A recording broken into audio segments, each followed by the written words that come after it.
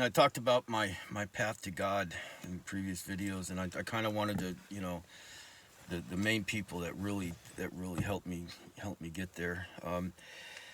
I, 17-year-old that guy in that Camaro, I was hitchhiking. He picked me up like in East Bremerton, took me to Brownsville, which is east of Bremerton. Or let me see, whatever it is. It's probably it was a 10-minute ride, and he was talking Jesus, and we stopped. He dropped me off where I was going, and he said, do you want to accept Christ in your heart? And I said yes. And I mean, I kind of not forced to, but he was kind of forceful about it, or like, and so I mean, but I did it, and I did it, willingly, and in my heart, I believed, that I was, accepting Christ in my heart, and we went our separate ways. Uh, I talking about my dad, man. My dad was an atheist, and he, was the assistant scoutmaster, of Troop 55 back there. Ray Marino, the guy the scoutmaster that told us, we were soaking wet to just let them deal with it.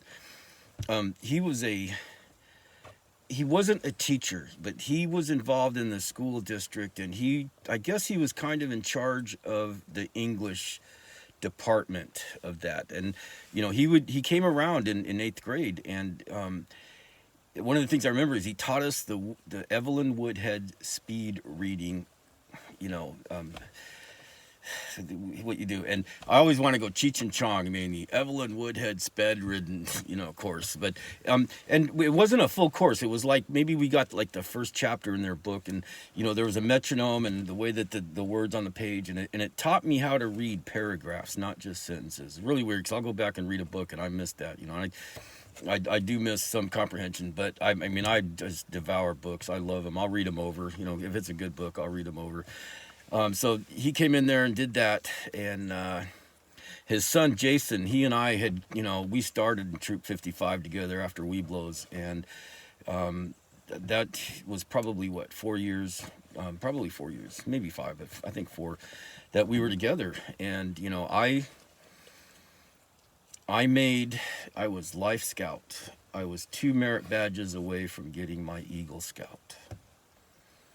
In my heart, I am, but you leave footprints and take pictures, man. I pick up plastic anywhere I go nowadays. I get the invitation that Jason Marino is, his Eagle ceremony, and I'm going. My parents got divorced. We moved back to Bremerton. I don't even think I checked out Scouts back in Bremerton. And I if we just stayed, my parents had just stayed married another 6 months, if and we just stayed in Connecticut, and I would have made Eagle Scout. I'm sure of it, man. I busted my butt to get that. Oh man, I got camp stories anyway. Summer camp, Boy Scout camp, I loved it. I'm gonna have to read this, guys. I'm sorry.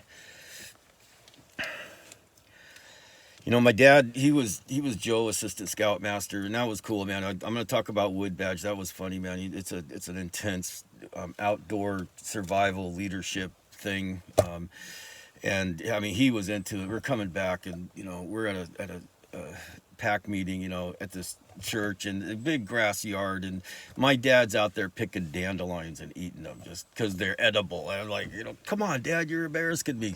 That's from Popeye. Um, I just that was one of those things, man. It wasn't meant to be. That's okay, man. In my heart, I'm a Boy Scout. I still the 12 things. And anyway, I wanted to talk about my path to God and Grandma Polly. That was Misty's grandma, and she was, I think, the most spiritual woman I've ever met in my life. I mean, she was just as spiritual Wednesday as she was Sunday. And I considered her. We moved in April '84, and I got sober in July. And I I considered her my normie sponsor. And what a normie is for you non-alcoholics is that's what us alcoholics call you people that are normal. You're these effing normies. Anyway, so I mean, I considered her in my heart, man, and all the watching her and listening to her and talking to her and just being around her and the way she treated Misty and my daughter and just everything. I mean, this lady, I mean, she was really spiritual, not religious. I mean, very religious, but not religious, just spiritual, way down deep. One time, when a new budding alcoholic I am, you got just tons of resentments and you don't know what to do about them. Sorry about that. And it just, you learn in AA, or I learned in AA, that, you pray for the people that you have a resentment against. You pray for them what you want for yourself. And, my sponsor sat me down and he goes, what do you want in life? And just what's everything, man. And just, I start naming off things, I want money, I want, property, I want success, I want happiness, I want a family, I want, I mean, just everything. And everything that I said, he said comes down to, happy or healthy or prosperous. Everything was in one of those three categories. And, you say a prayer, God bless you. May you be happy and healthy and prosperous. And if it worked, it was like, it blew me away. I'd still be angry or whatever, still have that, but that thinking about it all the time, it was gone. I didn't have that anymore. And I'm explaining this to Polly, and she's going, "Oh yeah, I do that all the time." It's I go on like, man, it must be nice to just go through life and pick this stuff up, and you don't have to go learn it later. And anyway, poor lady, Grumpy, her husband, that's what all the grandkids called him. He played the part. He wasn't, man. It was funny because when we moved in, he was a World War II vet. He was on one of those guns on the ground shooting airplanes. And I mean, he had stories, and I was a new ear to listen to his stories. That was funny, man. He just, oh yeah, I could tell these stories again. And that was, he was a cool guy, man. God, he rode, railroad, as 17, 18, he was hopping rail cars, man.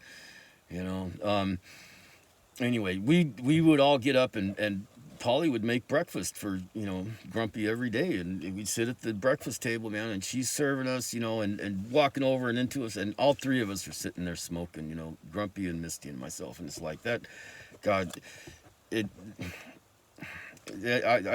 really feel bad that I participated in that because she didn't smoke. Jeez, man. Anyway, so we move out. We get our own apartment. They lived in Sunland. We moved to Tahunga, and I mean, we're only like 5 minutes away. So we spend a lot of time, a lot of eating over, picnics, barbecues, all that stuff. When you get sober in AA, they say don't make any major decisions for a year. And so I took that to heart, and I didn't make a major decision for 2 years, and I divorced Misty. And I know that that's not what Misty wanted. I know it broke her heart, and I know, I don't know why she took me back. Anyway, I had an open invitation every Wednesday to come have dinner with Alicia, my daughter. We were all sitting down for dinner, but even after I, just did this to her granddaughter, and, she just said, I asked her one time, and she looked at me and she goes, "John, God can do a whole lot worse than I can." And I'm just like, I mean, okay,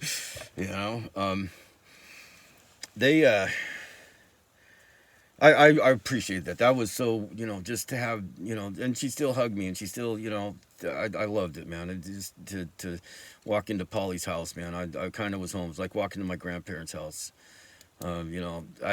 I grew up in my grandparents' house, and I went back like in 1995, and I was home, and that's what Polly's house felt like walking into it.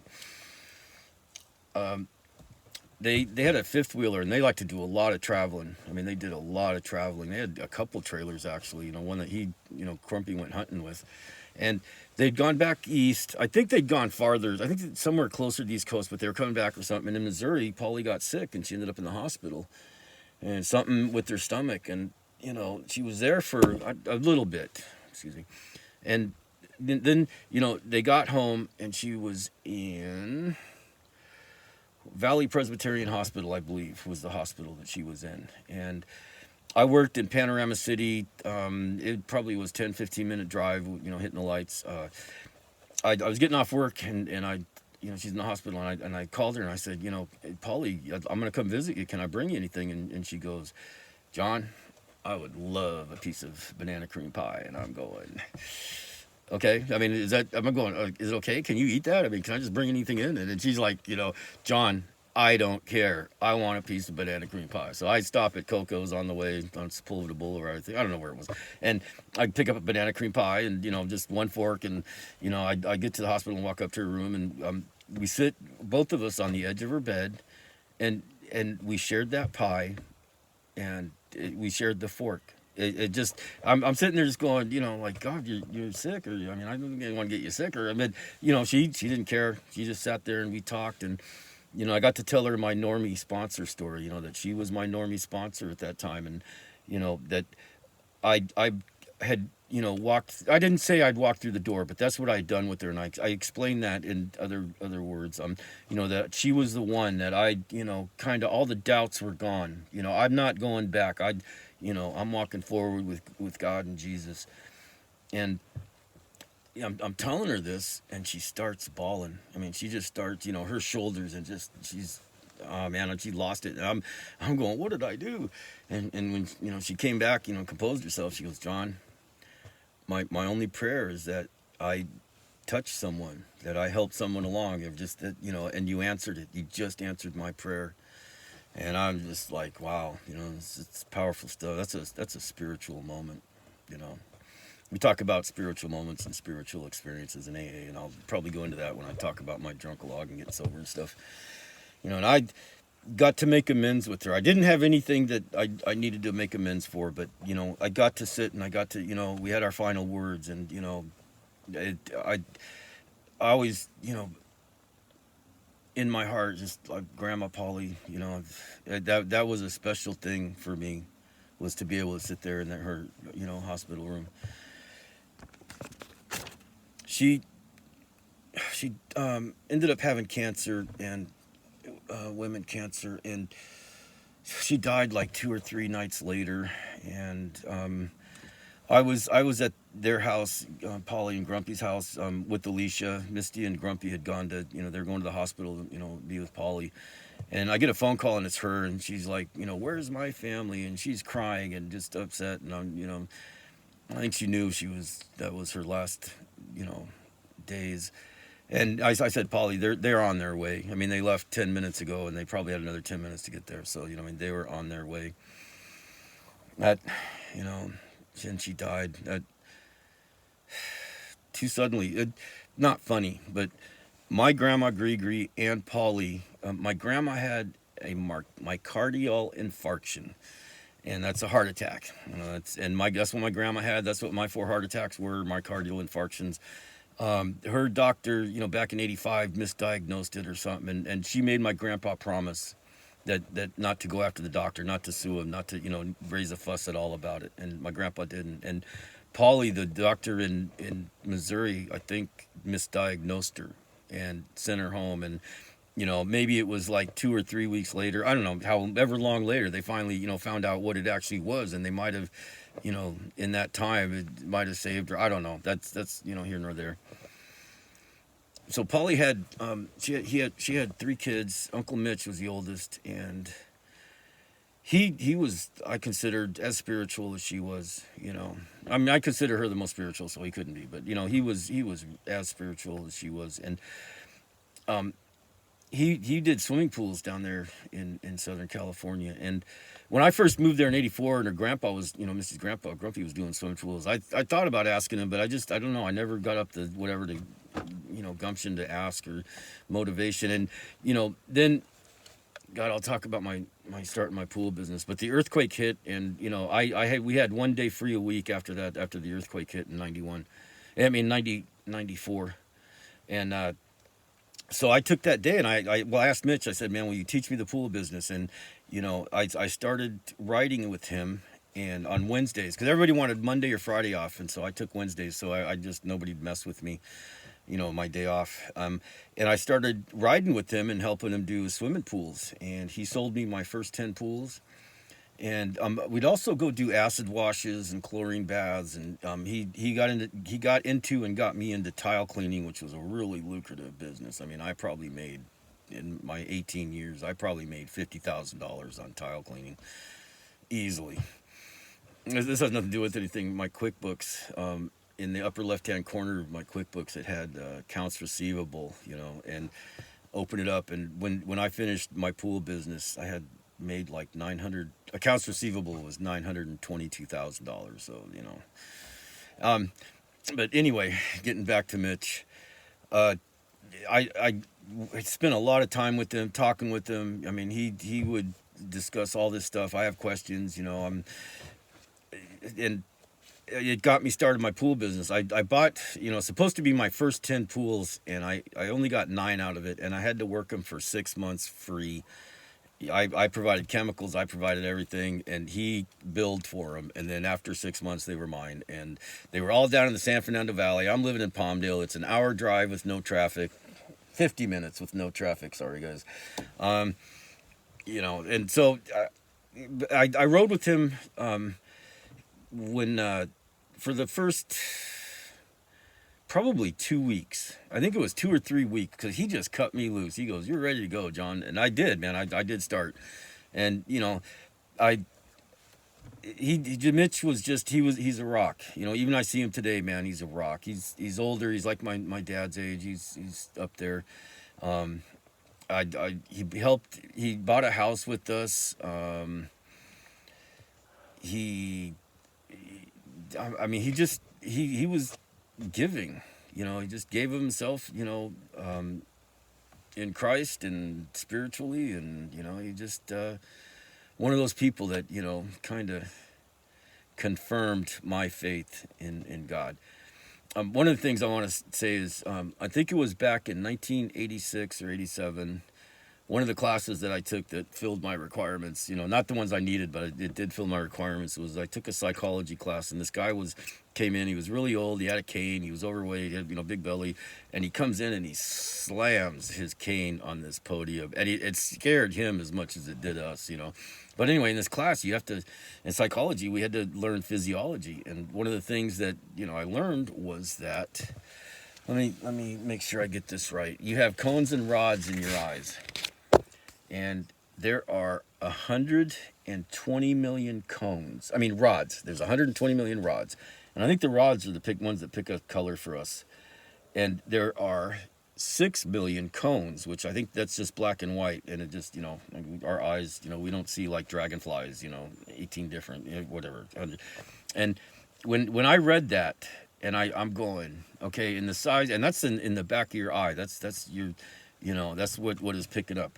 And it's the size of the head of a pen, like you put fabric together, hold it together, that type of pen. It's like the size of that.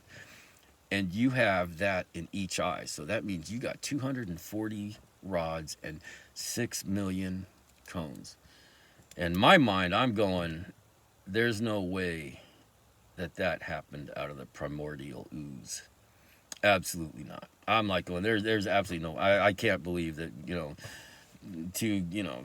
bumping together created that. So, that was just an interesting side on that. Paulie came at the right time, in my life. It's funny how that happens, so many people. And, God, the world's, not as bright a place without her. It was, oh, she could cook. It was funny. I grew up. My dad hated liver and onions. It was never ever served in my youth. At my dad's dinner table, and we moved to there in '84. And she puts it down the first time, at the dinner table, man. And I started eating it, and it's just so delicious. I was like, oh man, that was good. Anyway. I wanted to get this. I'm in the sun's about to go down, and get this before the light got really bad, and talk about, walking up to the door with the guy in the Camaro and stepping through it with Polly. You know, that what a blessing that was. And on that note, I will say to you, many blessings.